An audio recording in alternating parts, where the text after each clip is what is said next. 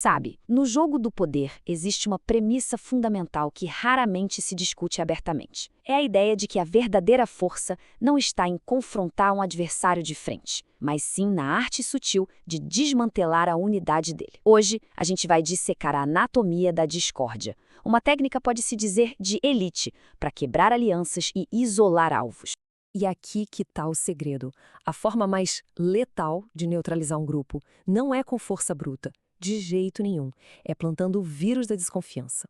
O objetivo é fazer com que a lealdade que une essas pessoas se transforme na própria arma da destruição delas.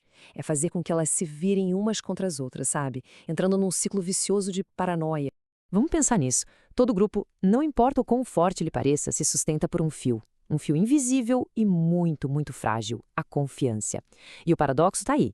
Essa confiança, que é a maior força do coletivo, é também a sua vulnerabilidade mais crítica. É exatamente nesse ponto que a estratégia entra em jogo. Então, a pergunta que não quer calar é essa, né? Como que essa confiança, esse pilar que une um grupo, pode ser quebrada? Como transformar essa força toda num gatilho para o colapso? Bem, a resposta não está na força, mas sim num entendimento profundo da psicologia humana, dos nossos gatilhos mais primitivos. Essa estratégia toda se baseia em explorar o que especialistas em inteligência chamam de paranoia da traição. Pensa nisso como um método cirúrgico. Ele explora aquela insegurança fundamental que existe em qualquer grupo, forçando os membros a questionar as intenções, a lealdade de todo mundo. Isso continua, até que a dúvida se torne a única certeza que resta. E o conceito do dilema do prisioneiro é a chave mestra para entender isso. Basicamente, é sobre criar uma situação onde um membro do grupo pode ganhar alguma coisa se agir sozinho, em segredo, pensando só no próprio interesse. Quando isso acontece, pronto, o resto do grupo inteiro é forçado a questionar a lealdade de todo mundo. Às vezes, um simples favor secreto, uma informaçãozinha privilegiada que você dá para uma pessoa só, já é o suficiente para todo o resto começar a desconfiar e a calcular os próprios movimentos. E é isso que torna essa abordagem tão poderosa, sabe? A dúvida é como um vírus. Depois que ela é plantada, você não precisa fazer mais nada. Não precisa cultivar. O grupo se volta para dentro, contra si mesmo. Começa a gastar toda a energia, todos os recursos em investigações internas, numa verdadeira caça às bruxas. E fica completamente cego para a ameaça externa que, na verdade, orquestrou tudo isso desde o início. Ok, já vimos a teoria, né? Agora vamos para a aplicação tática. Existem duas ferramentas cirúrgicas para acelerar esse processo de quebra interna.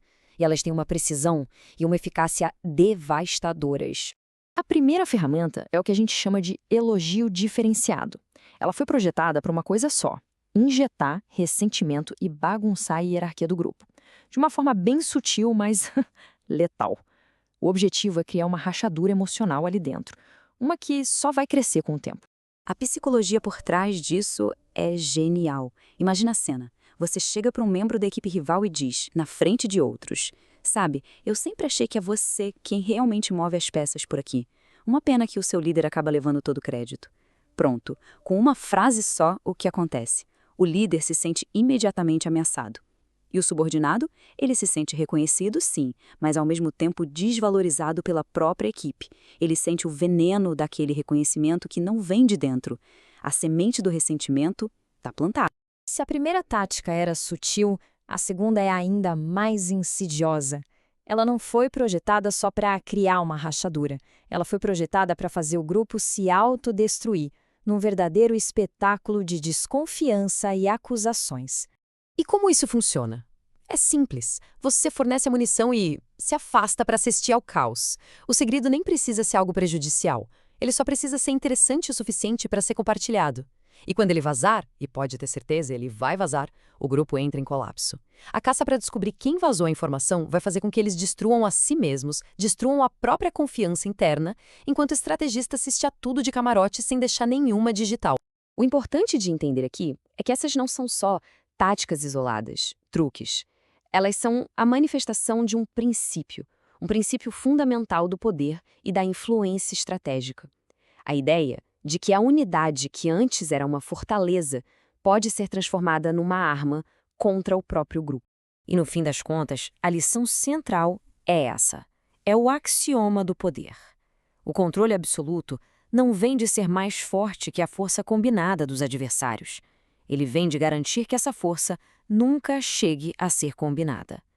O verdadeiro poder, o poder de verdade, reside na capacidade de fraturar, de isolar e, por fim, de desunir. E isso tudo nos leva a uma reflexão final. Porque o conhecimento dessas ferramentas, isso por si só, já é uma forma de poder.